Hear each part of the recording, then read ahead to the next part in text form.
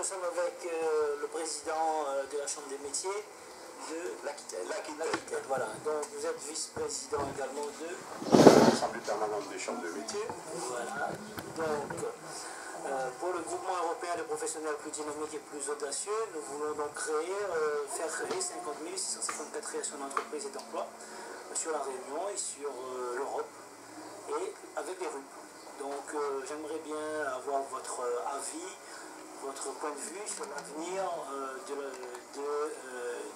des métiers de l'artisanat, puisque nous avons passé 2 jours ensemble depuis hier. Nous avons débattu de certaines choses, notamment de la mobilité, etc. J'aimerais avoir donc votre point de vue à vous pour l'avenir, pour les jeunes, etc. Alors aujourd'hui, moi, je reste optimiste, parce que si les élus baissent les bras, je veux dire qu'au bout d'un moment, on ne pourra plus rien faire. Donc il faut montrer l'exemple d'un secteur qui est dynamique. Alors aujourd'hui, à La Réunion, vous le faites avec cette inauguration de cet outil merveilleux où les jeunes pourront vraiment apprendre un métier, et finalement, c'est la qualification qui va sauver l'emploi. C'est-à-dire que si on arrive à faire en sorte que nos jeunes soient qualifiés, je sais qu'ici, plus de 50% des jeunes ne trouvent pas de travail. Alors en métropole c'est moins, mais c'est beaucoup quand même. Et je veux dire que c'est un drame pour un jeune de ne pas avoir de travail et surtout de ne pas avoir de formation, donc il n'a même pas d'espoir. Donner de l'espoir aux jeunes, c'est ce qui va nous permettre dans les années qui viennent, eh bien, de passer ce cap difficile. Donc il faut de bons outils, vous en avez. On en a à peu près sur tout le territoire français. Des jeunes qui ont envie, mais il y en a partout, avec des enseignants de qualité.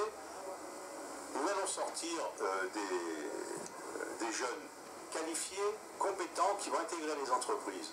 Alors même si aujourd'hui on traverse un moment un peu délicat, je veux dire un peu pénible dans l'ensemble des métiers, il n'y a pas vraiment d'espoir immédiat, mais ça ne veut pas dire que dans 1 an, 2 ans, ça veut surtout dire que dans 1 an, 2 ans, il y aura forcément une reprise. On ne peut pas continuer de descendre comme ça d'une façon mathématique tous les mois, tous les trimestres. Donc il y aura une reprise, ces jeunes seront formés, ils seront prêts à intégrer les entreprises qui en auront besoin, et d'ici quelques années, eh bien, à reprendre les entreprises, puisque vous le savez, nos jeunes qui sortent de nos centres de formation, dans le métier de l'artisanat, pour 50% d'entre eux, deviennent chefs d'entreprise dans les 10 ans. Donc c'est un vrai bonheur que d'y penser, même si on traverse un moment un peu plus compliqué. Il ne faut surtout pas lâcher l'affaire, si je puis dire, et puis penser que tout est perdu. Parce qu'autrement, il suffit de fermer l'établissement ici, parce que sans quoi, ça ne sert à rien. Alors, gardons l'espoir, je veux dire, en nos moyens, puisque vous avez pu le remarquer aujourd'hui, tous les élus, le président de la région, le préfet, tous les élus sont là quand même pour aider. Alors que ce soit à La Réunion, en métropole, c'est pareil, il y a une mobilisation de l'ensemble des élus vers les jeunes, de façon à leur donner un avenir. Moi je dis, on donne un avenir aux jeunes plus qu'un emploi. On leur donne un avenir. C'est-à-dire qu'ils savent, bon ben, ça attendra peut-être 1 an, 2, 3, 4, mais on va pouvoir, dans un métier qu'on a choisi, eh bien, prendre du plaisir et surtout pouvoir gagner correctement sa vie, faire vivre sa famille. Parce que quel est le but dans la vie? Sinon, essayer d'être heureux en famille.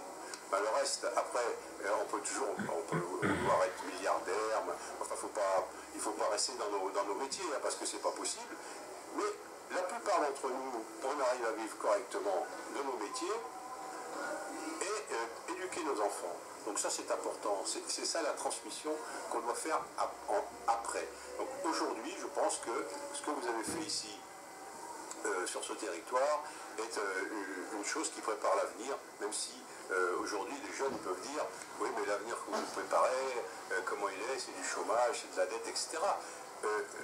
Non, on leur prépare, on leur donne les outils, les moyens pour que plus tard ils puissent intégrer l'entreprise, faire le métier qu'ils ont choisi et puis finalement, à leur tour après, contribuer à la richesse nationale et à la transmission des savoirs. Voilà ce que je souhaite, en tout cas pour l'île, que j'ai le plaisir de découvrir parce que je n'y étais jamais venu, mais depuis samedi, on a eu l'occasion de voir quand même pas mal de très belles choses, et pour l'ensemble du pays, pour la France, l'Europe, puisque nous sommes tous quand même européens, et finalement tout ceci est bien amalgamé de façon à ce qu'on ne peut pas faire, on ne pourra pas faire les uns sans les autres de plus en plus. Donc même si la Réunion est une île, bien sûr c'est un peu plus compliqué puisque c'est un peu plus isolé, mais on est en train avec tous les collègues présidents des Outre-mer, justement,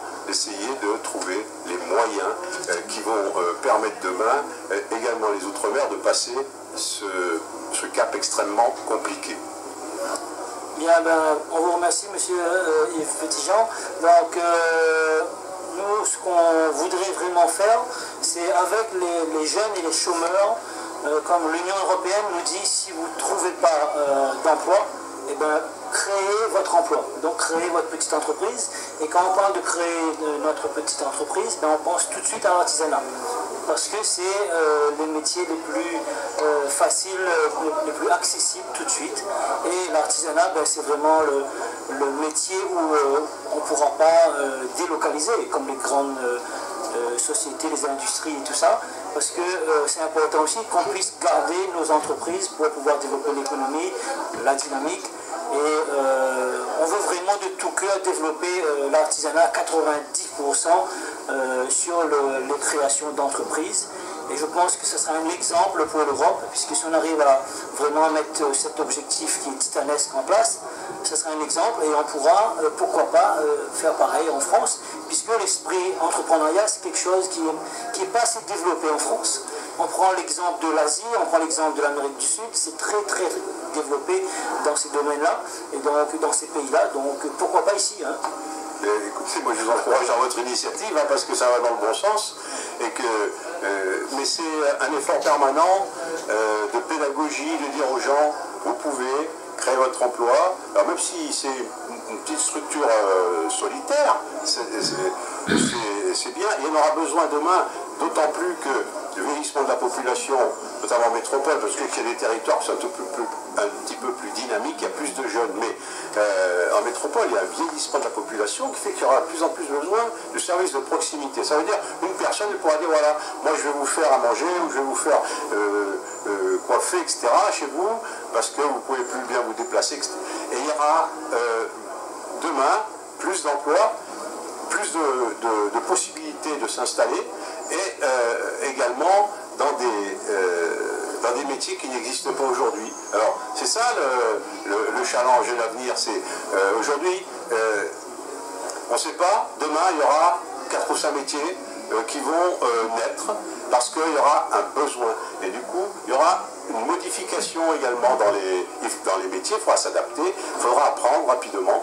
Et je crois qu'on aura, si on est réactif, on a une belle chance. Et une belle chance pour les jeunes de trouver le chemin qui va les mener tranquillement sur une vie sereine. Tout à fait.